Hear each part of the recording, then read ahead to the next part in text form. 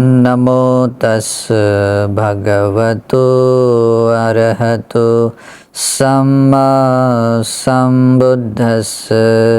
साधु साधु साधु। श्रद्धावंत पुण्यवंत उपासक और उपासिकाओं, हम तथागत अरहत सम्यक संबुद्ध के द्वारा उपदेश श्री सद्धर्म श्रवण कर रहे हैं। त्रिपिटक ग्रंथ में जो अंगुत्तर निकाय है, अंगुत्तर निकाय ग्रंथ है, उस निकाय को, अंगुत्तर निकाय को क्रमशः हम देख रहे हैं और देखते हुए तीसरे निपात के पांचवें वर्ग तक आए हैं। पांचवा वर्ग चूल वर्ग है और इस वर्ग का आठवां सूत्र है असंखत लक्षण सूत्र। असंखत लक्षण सूत्र हेतु प्रत्ययों के आने से, हेतु प्रत्ययों के होने से भी जो जहाँ कुछ भी घटित नहीं होता है, जहाँ हेतु प्रत्ययों का जहाँ भी मतलब उपशमन होता है या हेतु प्रत्यय कुछ भी अभी घटित होना नहीं होता है, तो उसको कहते हैं असंखत। जैसे कि निर्वाण मोक्ष है। अभी उसकी गंभीरता को और बाद में देखते हैं, उसमें पहले स्वभाव लक्षण देखते हैं। लक्षण यानी जो निमित्त है। ओके, तो भगवान इसमें इस तरीके से कहते हैं, तीन माने भिक्खवे असंखत लक्षणानि। भिक्षुओं, इस असंखत स्वभाव के या असंखत जो भी धर्म है, स्वभाव है, इसके असंखत लक्षण ये तीन है या तीन तरह के हैं। असंखत यानी जो जिसमें हेतु प्रत्ययों के आने पर जो कुछ भी ऐसा जो घटित नहीं होता है या ऐसा कुछ भी मतलब उसे कुछ बनता नहीं है। ओके, तो ऐसे जैसे कि निर्वाण के लिए एक मार्ग है, लेकिन वहाँ पर जाने के बाद में ऐसे ही स्वभाव होता है। तो आगे देखते हुए लक्षण बाद में आपको समझ में आएगा कि एक्चुअल में बात कैसी है। तो भगवान कहते हैं कतुमार्णी तीन, वो तीन लक्षण कौन से हैं, असंखत लक्षण कौन से हैं। उसमें आता है न उपादोपन्यायति, न वयोपन्यायति, न ठितस्य अन्यथा तंग पन्यायति। इसमें आता है न उपादोपन्यायति। पहले ये तो समझ लेते हैं कि असंखत ये एक्चुअल में है क्या। असंखत यानी कि इस लौकिक क्षेत्र में, यानी कि जैसे आविची नरक से लेकर भवाग्र तक, यानी कि भवाग्र कहे तो नैव संज्ञाना संज्ञायतन के उस लोक तक जितना भी क्षेत्र है वो क्या है, संखत धर्म है, हेतु प्रत्यय से उत्पन्न होने के स्वभाव वाला है। लेकिन उससे आगे इस लोक के परे जो लोकोत्तर अवस्था है, निर्वाण है, उस निर्वाण तक जाने का जो रास्ता है, जैसे कि आर्य अष्टांगिक मार्ग है ना, बोधिपाक्षिक धर्म है। तो इस आर्य अष्टांगिक मार्ग के अनुसार जो व्यक्ति अपने चित्त को भावित करता हुआ इस तरीके से सारे संस्कारों को जब वो उपशमन कर देता है, नष्ट कर देता है, तो वो सारे संस्कार ही नष्ट होने के कारण संस्कारों से कुछ चीज़ उत्पन्न होती है, संस्कार है तो वो चीज़ है, लेकिन सारे कर्म संस्कारों को ही जब नष्ट किया जाता है, वो भी कैसे, वो अनित्य स्वभाव के होने से वो नष्ट होते हैं। तो इस कारण से जब वो हेतु ही नष्ट होता है तो वो चीज़ नहीं मिलती है जो इस भव संसार में मिलने वाली होती है। ओके, इसीलिए तो मोक्ष पाना, निर्वाण पाना संभव होता है। ओके, तो निर्वाण में वो हेतु नहीं होता है जो पुनर्भव के लिए, फिर से जन्म लेने के लिए, उत्पन्न होने के लिए कुछ कारण हो। इस कारण से वो कारण ही नहीं है, वो हेतु नहीं है, तो वो उत्पाद भी नहीं है। वो कारण ही नहीं है, जैसे कि ये पेड़ नहीं है तो उसकी छाँव भी नहीं है। तो इस प्रकार से उस निर्वाण धातु में उत्पन्न होना स्वभाव नहीं है। और न वयोपन्यायति, और उसमें नष्ट होना भी उसमें नहीं होता है। वहाँ पर उत्पन्न होना भी नहीं है, तो उसमें व्यय होना, निरुद्ध होना, मतलब जैसा है उसमें जो निर्वाण धातु में जो भी चित्त है समझो, उसमें व्यय होना ये नहीं होता है।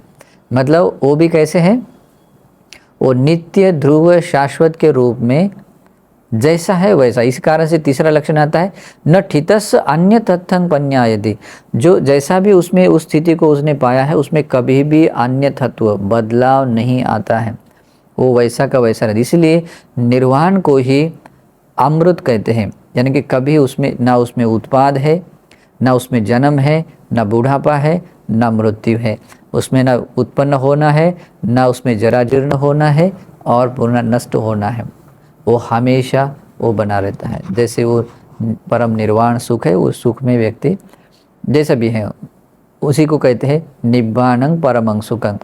तो इस कारण से ये मोक्ष है, ये विमुक्ति है, ये निर्वाण है। तो इसी को कहते हैं असंखत धर्म। अभी इसको इस असंखत उस निर्वाण को उत्पन्न करने के लिए या बनने के लिए कोई हेतु नहीं है, वो संस्कार नहीं, वो सारे संस्कार हेतु नहीं है। और हेतु न होने के कारण ही कोई हेतु वहाँ तक पहुँचता नहीं है, वो हेतु ही न होने के कारण ही कुछ उत्पाद नहीं है, वहाँ कोई उत्पाद नहीं है, वहाँ कोई नष्ट होना नहीं है, और वहाँ जो है उसमें कोई पृथकत्व अन्य तत्व भाव नहीं है, उसमें बदलाव आना नहीं है, ये निर्वाण है। तो ये निर्वाण की ये जो परिभाषा है, निर्वाण की जो कंसेप्ट है, आप लोगों को समझ में आना चाहिए। इसलिए जिस व्यक्ति को निर्वाण पसंद है, जो व्यक्ति इस संसार में जिस लौकिक क्षेत्र में जहाँ जन्म मिलता है, संखद स्वभाव में जहाँ जन्म मिलता है, बुढ़ापा मिलता है, मृत्यु मिलता है, जहाँ उत्पन्न होना, नष्ट होना और ये संसार चक्र चलता रहता है, इससे परे जाना पसंद है। जिस व्यक्ति को इस संसार चक्र में मिलने वाले दुखों से मुक्त होना पसंद है, मोक्ष पाना पसंद है, उस व्यक्ति ने भगवान बुद्ध ने बताए हुए इस मार्ग को समझना चाहिए। यही एक मार्ग है जो आपको निर्वाण तक पहुंचा सकता है। इस आनंद ब्रह्मांड के इस सभी देवता और मनुष्यों को निर्वाण का जो मार्ग है बताने वाले एकमात्र भगवान बुद्ध है, और भगवान ने बताया हुआ धर्म ही इस निर्वाण तक पहुंचा सकते हैं, मतलब वहाँ तक ले जाने वाला भगवान का धर्म है। इस कारण से भी आपको अगर निर्वाण पसंद है, सारे दुखों से मुक्त होना पसंद है, इस दुर्गति अपाय लोक नरक लोक के दुख से मुक्त होना चाहते हैं, या इस संसार में जो बार बार मिलने वाला जो भी जन्म लेने का दुख है, बूढ़ापा होने का दुख, मरने का दुख, इस सारे दुख चक्र से बाहर आना चाहते हैं, तो इस धर्म को समझना चाहिए। तो इस निर्वाण के इस लक्षण को भगवान बुद्ध ने कहते हैं असंखत वो निर्वाण है, और उसके कुछ लक्षण हैं, 3 लक्षण है। वो लक्षण कैसे है? निर्वाण उस मोक्ष में उत्पाद होना, उत्पन्न होना ये लक्षण नहीं है। उत्पन्न होना मतलब उत्पन्न न होना ये उसका लक्षण है, उसका उसमें निरुद्ध न होना वो निर्वाण का जो भी फल है या अवस्था है, जो भी चित्त है निर्वाणी चित्त, उसमें उसका निरुद्ध होना नहीं है। और साथ में जो भी है उसमें कभी भी अन्य तत्व नहीं आता है। यहाँ तक कि कोई व्यक्ति श्रोतापन्न बनता है तो वो भी ऐसे होता है। हाँ, श्रोतापन्न है तो वो भी कभी श्रोतापन्न नष्ट नहीं होता है वो लेकिन अन्यथा तो यह है कि श्रोतापन्न बाद में सकदागामी बनता है, सकदागामी अनागामी बनता है, अनागामी फिर आगे, तो ये थोड़ा सा अन्यथा तो आता है। लेकिन कहने का तात्पर्य है कि वो कभी नष्ट नहीं होता है, वो मतलब ऐसा निचले की तरफ नहीं आता है। लेकिन जो सचमुच जो निर्वाण प्राप्त है, असंखत स्वभाव रूपी जो उस निर्वाण को, मोक्ष को जिसने पाया है, उस मोक्ष निर्वाण के कुछ लक्षण हैं। न उपादोपन्यायति, उसमें उत्पन्न होना नहीं दिखाई देता, उसमें उसका नष्ट होना या जरा जीर्ण होना नहीं दिखाई देता, उसका नष्ट होना नहीं दिखाई देता। उसी को परम निर्वाण कहते हैं, उसी को मोक्ष कहते हैं, और उसी को अब इस सूत्र की भाषा में असंखत धर्म कहते हैं, असंखत फल कहते हैं।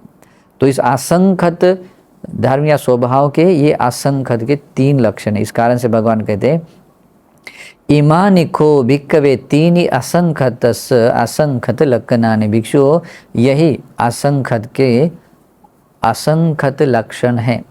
असंखत यानी कि किसी भी हेतु प्रत्ययों को मूल करके कोई भी चीज़ घटित न होने वाले, मतलब कोई घटित होता नहीं वहाँ, मतलब वैसा कुछ बनता नहीं है वहाँ, मतलब जिसको कहते हैं कांस्टेंट पीस है, निर्वाण है, मोक्ष है।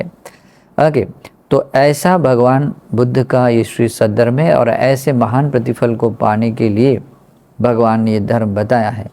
तो आप लोग भी चाहते हैं कि मुझे उस अमृत निर्वाण का फल मिले, तो आप लोगों को चाहिए भगवान बुद्ध की शरण जाए, धर्म और संघ की शरण में आना चाहिए।